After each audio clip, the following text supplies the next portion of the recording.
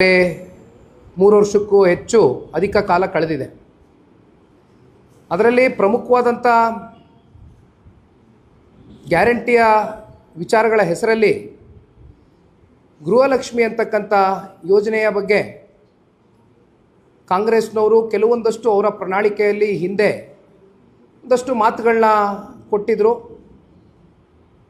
ಆ ಮಾತಿನಂತೆ ಬಹುಶಃ ಒಂದು ದೊಡ್ಡ ಮಟ್ಟದ ಒಂದು ಸಂಚಲನ ಇಡೀ ರಾಜ್ಯದಲ್ಲಿ ಎಲ್ಲ ತಾಯಂದಿರುಗಳಿಗೆ ಮನೆಯ ಹೆಣ್ಮಗಳೇನಿದ್ದಾಳೆ ಅವಳಿಗೆ 2,000 ರೂಪಾಯಿ ಪ್ರತಿ ತಿಂಗಳು ಅವರ ಖಾತೆಗೆ ಜಮಾ ಮಾಡ್ತೇವೆ ಅಂತಕ್ಕಂಥದ್ದನ್ನು ಕಾಂಗ್ರೆಸ್ನವರು ಭಾಳ ಸ್ಪಷ್ಟವಾಗಿ ಅವರ ಪ್ರಣಾಳಿಕೆಯಲ್ಲಿ ತಿಳಿಸಿದರು. ಅಲ್ಲಿಂದ ಹೆಚ್ಚು ಕಮ್ಮಿ 1,28,00,000 ಜನ ಅಂದರೆ ಮಹಿಳೆಯರು ಅವರನ್ನು ಗುರುತಿಸಿ ಫಲಾನುಭವಿಗಳಾಗಿ ಅವ್ರಿಗೆ ಪ್ರತಿ ತಿಂಗಳು 2,000 ರೂಪಾಯಿ ಹಾಕ್ತೇವೆ, ಅವರ ಖಾತೆಗಳಿಗೆ ನೇರವಾಗಿ DBT ಟ್ರಾನ್ಸ್ಫರ್ ಮಾಡ್ತೇವೆ ಅಂತಕ್ಕಂಥದ್ದನ್ನ ಕಾಂಗ್ರೆಸ್ನವರು ಹೇಳಿದರು. ಇದರಲ್ಲಿ ನಮ್ದು ಯಾವುದೇ ತಕರಾರಿಲ್ಲ. ಯಾವತ್ತಿಗೂ ಕೂಡ ಜನತಾದಳ ಪಕ್ಷ ಗ್ಯಾರಂಟಿಗಳು ಕೊಡ್ತಕ್ಕಂಥ ವಿಚಾರದಲ್ಲಿ ನಮ್ದು ಯಾವುದೇ ರೀತಿ ಆಕ್ಷೇಪಣೆಗಳಿಲ್ಲ. ಆದರೆ ಇವತ್ತಿನ ಪ್ರೆಸ್ ಮೀಟು ಮಾಡ್ತಾ ಇರ್ತಕ್ಕಂಥ ಮೂಲ ಉದ್ದೇಶ ಇಷ್ಟೇ.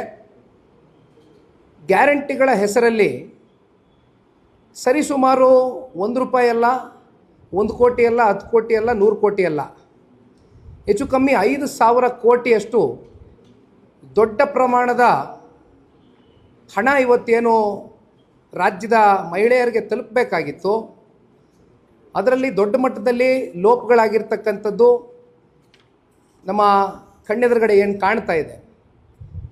ಈ ಲೋಪದೋಷಗಳು ನಿನ್ನೆ ಮೊನ್ನೆ ಆಗಿರ್ತಕ್ಕಂಥ ವಿಚಾರ ಅಲ್ಲ. ಇದು ಎಲ್ಲ ಮಾಧ್ಯಮದ ಸ್ನೇಹಿತರು ತಮಗೂ ಗೊತ್ತಿದೆ. 1 ವರ್ಷಕ್ಕೂ ಮಿಗಿಲಾದಂಥ ಹಳೆಯ ವಿಚಾರ ಇದು. ಯಾವುದಕ್ಕೋಸ್ಕರ 1 ವರ್ಷದ ಹಳೆಯ ವಿಚಾರ ಇವತ್ತು ಪಕ್ಷದ ಕಚೇರಿಯಲ್ಲಿ ನಾವು ಪ್ರಸ್ತಾಪ ಮಾಡ್ತಾ ಇದ್ದೇವೆ ಅಂದರೆ ಏಕೆಂದರೆ ಇಲ್ಲಿವರೆಗೂ ನಮಗೆ ಯಾವುದೇ ರೀತಿಯಾದಂಥ ಉತ್ತರ ಸಿಕ್ಕಿಲ್ಲ.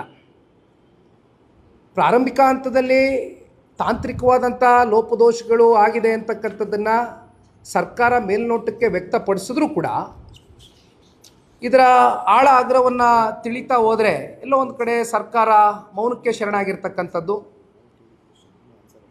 ಮಾನ್ಯ ಈ ರಾಜ್ಯದ ಮುಖ್ಯಮಂತ್ರಿಗಳ ಅಧೀನದಲ್ಲಿ ಬರ್ತಕ್ಕಂಥ ಫೈನಾನ್ಸ್ ಡಿಪಾರ್ಟ್ಮೆಂಟ್ ಏನಿದೆ, ಆ ಫೈನಾನ್ಸ್ ಡಿಪಾರ್ಟ್ಮೆಂಟ್ನ ಅಧಿಕಾರಿಗಳಿರ್ಬೋದು ಅಥವಾ ಮಾನ್ಯ ಮುಖ್ಯಮಂತ್ರಿಗಳೇ ಇದಕ್ಕೆ ಸ್ವತಃ ಅವರ ಒಂದು ಅಧೀನದಲ್ಲೇ ಇರತಕ್ಕಂಥ ಇಲಾಖೆಗೆ ಮುಖ್ಯಮಂತ್ರಿಗಳ ಕಡೆಯಿಂದ ಬರಬೇಕಾದಂಥ ಉತ್ತರ ಇಲ್ಲಿವರೆಗೂ ಕೂಡ ರಾಜ್ಯದ ಜನತೆಗೆ ಸಿಕ್ಕಲಿಲ್ಲ. ಇದು ಬಹುಶಃ ಕರ್ನಾಟಕ ರಾಜ್ಯದಲ್ಲಿ ಅತ್ಯಂತ ಒಂದು ದೊಡ್ಡ ಸಾಂಸ್ಥಿಕ ಹಗರಣ ಅಂತಕ್ಕಂಥದ್ದನ್ನ ಹೇಳಿದ್ರೆ ಬಹುಶಃ ತಪ್ಪಲಾಗಲಿಕ್ಕಿಲ್ಲ.